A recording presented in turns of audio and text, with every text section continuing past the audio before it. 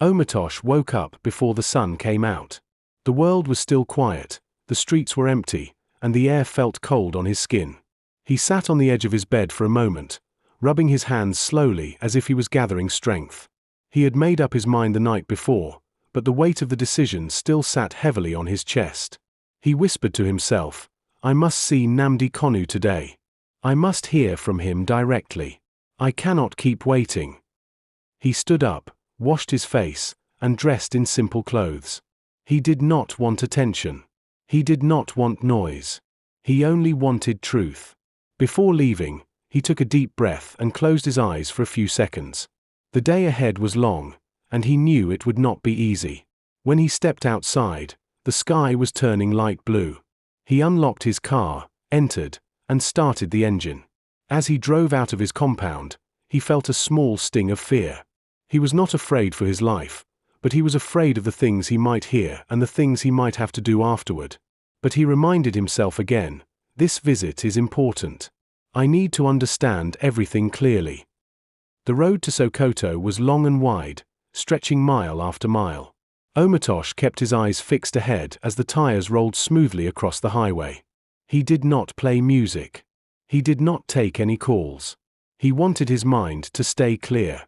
From time to time, he thought about Nnamdi Kanu sitting alone in a cold prison room. He wondered what Kanu felt every day. He wondered if he had hope left inside him or if the silence of the prison walls had swallowed that hope.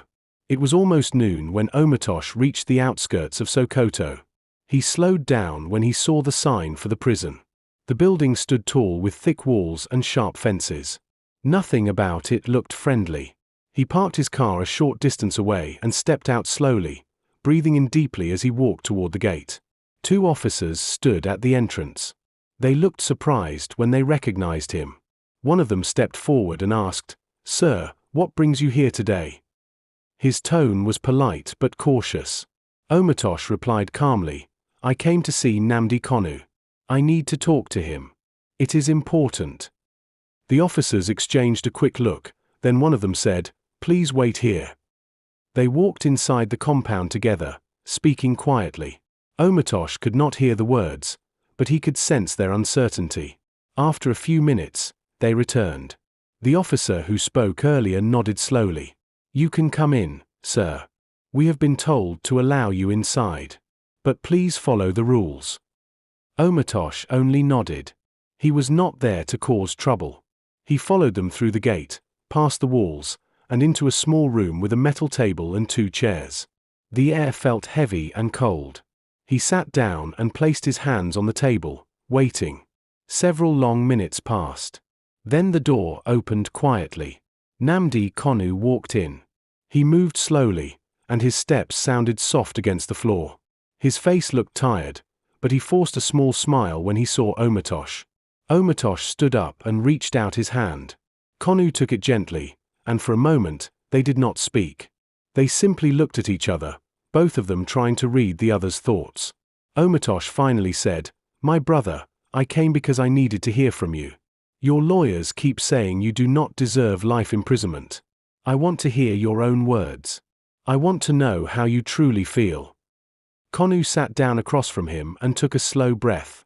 "I did not expect this punishment," he said quietly. "I spoke because I believed it was right. I spoke because I wanted the best for my people. I never hoped for violence. I never wished for fear. I only wanted change, but things went in a direction I never planned." Omotosh listened carefully, his eyes fixed on Kanu's face. He could see the pain in the man's eyes. He could see the tiredness that came from many days of silence and waiting. "I understand," Omotosh said softly. "I came here because I needed to hear this from you directly. I do not want confusion. I do not want people to twist your words. I wanted to hear your heart." Kanu nodded slowly. "Thank you for coming.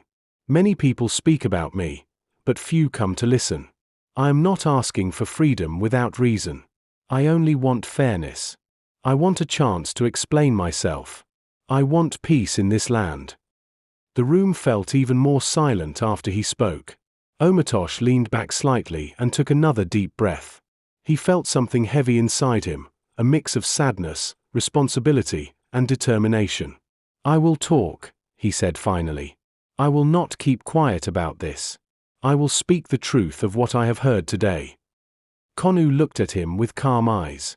"Say only what is true," he said. "That is all I ask." Omotosh nodded again.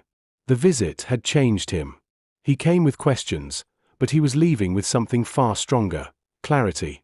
He knew the road ahead would not be easy, but he also knew he could no longer remain silent. The guard opened the door gently, signaling that the time was up. Omotosh stood slowly, gave Konu one last nod, and walked out of the room with steady steps. His mind was full, and his heart beat louder than before. The visit was done, but the journey was just beginning. After Omotosh left Sokoto prison, the sun was already moving down, but his mind was still full of thoughts. The conversation he had with Nnamdi Kanu replayed again and again in his head. Every word, every pause, every slow breath Kanu took felt heavy with meaning. Omotosh knew that what he heard inside that small room was not something he could ignore. But even before he could gather himself, the loud voices of Konu's lawyers had already started rising across the country. For weeks, the lawyers had been speaking to anyone who cared to listen. They stood in front of courts, in front of offices, and even outside their own chambers, repeating the same message again and again: Nnamdi Kanu does not deserve life imprisonment. They said it calmly at first, but as the days passed, their voices grew stronger. They argued that he had not done anything that should keep him behind bars for the rest of his life. They said his actions did not match the punishment he received. They said he had been misunderstood, and the sentence was far too harsh. One of the lawyers, a man who never liked to raise his voice, found himself speaking louder than usual. "We must be clear," he said many times. "Our client is not a danger to this nation. He is a man who spoke about issues he believed in. That is not enough reason to lock him away forever." Another lawyer added, "We have seen people do far worse and walk free after a short time. Why then should Konu stay in prison for life? Where is the fairness in that?" Their words began to spread. Newspapers picked them up. Radio stations repeated them. Online platforms discussed them. Some people agreed with the lawyers. Some argued against them. But one thing was certain: Nnamdi Konu's case was not fading away. It was becoming louder. Meanwhile, Omotosh remained quiet. He knew the lawyers were speaking out of duty and passion, but he had something different: a personal conversation with the man himself. He had heard Konu's own voice, calm and tired, explaining how he felt. And that memory stayed with him like a weight on his heart. Each time he closed his eyes, Omotosh remembered Konu saying, "I wanted peace. I wanted fairness. I did not plan for things to turn into something else." The more Omotosh thought about it, the more he understood why the lawyers felt so strongly. They were not shouting for attention. They were shouting because someone needed to speak for a man who could not freely speak for himself. As the days went by, the lawyers prepared more documents. They wrote long letters addressed to different offices, explaining again why Konu's sentence should not stand. They filled forms. They filed appeals. They arranged meetings. They stood inside courtrooms for hours, repeating their arguments with calm determination. One lawyer said during a private meeting, "If we stop talking, the world will forget him. That must never happen." Another replied, "The world can forget many things, but we will not let them forget this one." Their determination grew stronger. They believed deeply that justice had not been served, and they refused to let the case fade away. But outside their offices, the world was moving fast. People were busy. News was shifting. Attention was changing. The lawyers knew time was not on their side, so they pushed even harder. They met with groups who supported Konu. They met with groups who did not support him. They met with anyone willing to listen, hoping that every conversation would add a little more strength to their fight. Omotosh watched all this quietly from a distance. He saw the interviews. He read the statements. He listened to the arguments. And as he did, he remembered something Konu had told him with a tired but honest voice: "Say only what is true." Omotosh took those words seriously. He did not want to speak out of anger or emotion. He wanted to speak with clarity. But he also understood that silence could be dangerous. Silence could be seen as agreement with something he knew was not right. So he began to think more deeply about what his next step should be. He could not rush. He could not speak without being sure. But he also could not allow the lawyers to fight alone while the truth he heard sat quietly inside him. He said to himself, "Their voices are loud, but my own must join them at the right time. When I speak, it must be clear. It must be honest. It must help, not harm." He knew the lawyers' fight was not just about legal arguments. It was about a man sitting alone in a cold prison room, hoping the world had not forgotten him. It was about fairness. It was about a system that sometimes moved too slowly or too harshly. It was about truth, and truth was something Omotosh took seriously. As the lawyers continued their push, one of them said something that stayed with Omotosh: "We are not fighting the government. We are fighting for justice." Those words touched him. They reminded him that what mattered most was not who won or lost, but whether the truth was heard. And so, while the lawyers kept speaking loudly, Omotosh prepared himself silently. He knew his voice would be needed soon. He knew he had something important to say, something that came straight from the man inside the prison walls. He just had to choose the right moment. When news of Omotosh'S visit reached the Nigerian government, it did not arrive quietly. It moved from one office to another like a whisper that refused to stay small. At first, only a few officials heard about it, but within hours, almost everyone in the important offices knew that Omotosh had gone to see Nnamdi Kanu inside Sokoto prison. The reaction was immediate. Some officials were shocked. Some were confused. Some were angry. No one felt calm about it. Meetings that were not planned started happening quickly. Phones kept ringing. Messages were sent back and forth. The government wanted to understand one thing: why did Omotosh go there? In one of the offices, an official placed his hands on the table and said with a firm voice, "This visit is unexpected. Who allowed it? Who approved it? And why was it not reported earlier?" Another official replied, "We got the information late as well." The prison authorities said he followed the proper process. They said they did not see anything wrong with the visit. The first official frowned. It does not matter if the process was followed. The timing is the issue. The lawyers are shouting every day that Kanu does not deserve life imprisonment. Now someone like Omotosh has gone to see him. People will talk. They will ask questions. The room became silent. Everyone understood what he meant. In the world of politics, even a small visit could grow into something big. And this visit was not small. It involved a man who had become the center of many debates. Another meeting was called in a different building. The atmosphere there was even more tense. One man stood and said, "We must handle this carefully. If this becomes public news, people will start making stories. Some will twist the meaning. Some will say the government is hiding something." A woman sitting across the table responded calmly, "Then we must be clear ourselves. We need to know exactly what happened. What did they talk about? Why did Omotosh go? Was it planned? Did anyone encourage him?" But no one knew these answers yet. They only had pieces of information. And these pieces created worry.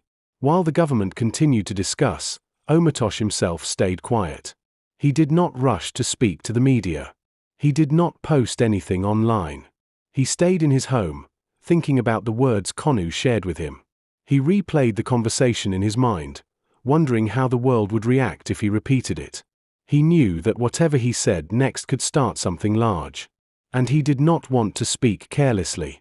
Meanwhile, in one corner of the city, another group of government officials were having a smaller meeting. One of them leaned forward and said, "Let us not forget that people respect Omotosh. If he says something, many will listen. We must prepare for that. We must be ready." Another replied, "Maybe he only visited. Maybe he will not talk. We should wait and see." But the first man shook his head. "You do not visit someone like Kanu and stay silent forever. He will say something. We must expect it." The group fell silent again. They knew he was right. Across the country, people were already whispering. "Why did he go?" some asked. "What did he hear?" others wondered. Even though Omotosh had not spoken openly, the fact that he visited Konu was enough to stir interest. In government offices, the worry continued to grow. One official said during another discussion, "This visit can raise the hopes of people who believe Konu should not be in prison. If they hear that someone important visited him, they will start asking for changes again." Another responded, "And if that happens, we will have pressure on our hands. We must stay ahead of this." But there was something the government did not fully understand yet. Omotosh was not planning to attack them. He was not planning to stir trouble. He simply wanted the truth to be known. He wanted fairness. He wanted clarity. The government, however, did not know this. And the unknown made them uneasy. While officials continued trying to predict what Omotosh might say, he sat in his living room with the lights off, thinking quietly. He remembered Konu looking at him and saying, "Say only what is true. That is all I ask."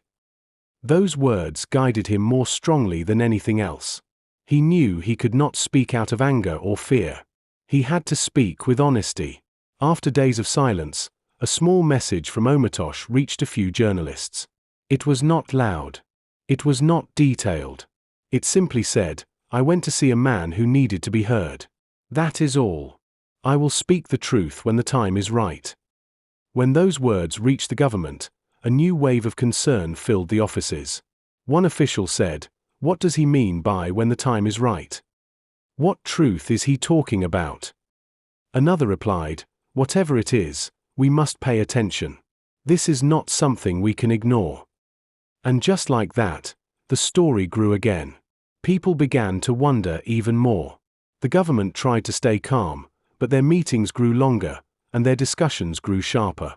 The reaction did not stop. It only continued to build. Omotosh had no intention of starting trouble, but the truth had its own power, and everyone could feel that something important was coming.